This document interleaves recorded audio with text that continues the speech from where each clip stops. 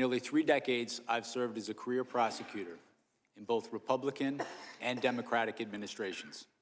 President Trump was charged because the evidence established that he willfully broke the law. Grand juries in 2 separate districts reached this conclusion based on his actions. Rather than accept his defeat in the 2020 election, President Trump engaged in a criminal scheme to overturn the results and prevent the lawful transfer of power. Our investigation revealed that Donald Trump was not looking for honest answers about whether there was fraud in the election. He was looking for ways to stay in power. There were a range of witnesses. They ranged from people on his campaign team who had wanted him to win, were employed to help him win the election.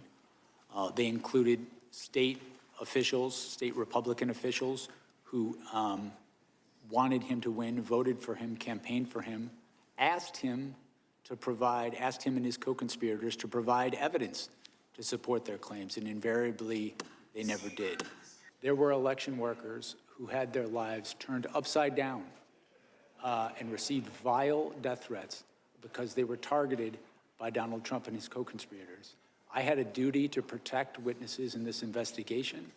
That risk, that threat to witnesses was only confirmed when we went forward in this case and Donald Trump suggested that one witness should be put to death, and then also issued a statement to the effect of, if you come after me, I'm coming after you.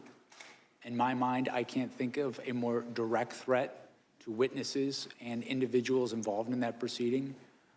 Given that sort of threats, it was, in my view, completely appropriate to protect the integrity of the investigation, to protect against destruction of evidence, and to protect the witnesses in our case. My review of the case, I came to the conclusion we had proof beyond a reasonable doubt.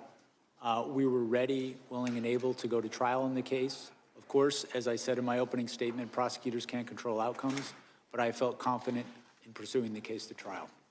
I think if we don't hold people to account when they commit crimes, it sends a message that those crimes are okay, that our society accepts that. I believe that if we don't call people to account when they commit crimes in this context, it can endanger our election process, it can endanger election workers, and ultimately our democracy. The attack on this Capitol on January 6th was, and the Court of Appeals in Washington, D.C. said this, it was an attack on the structure of our democracy.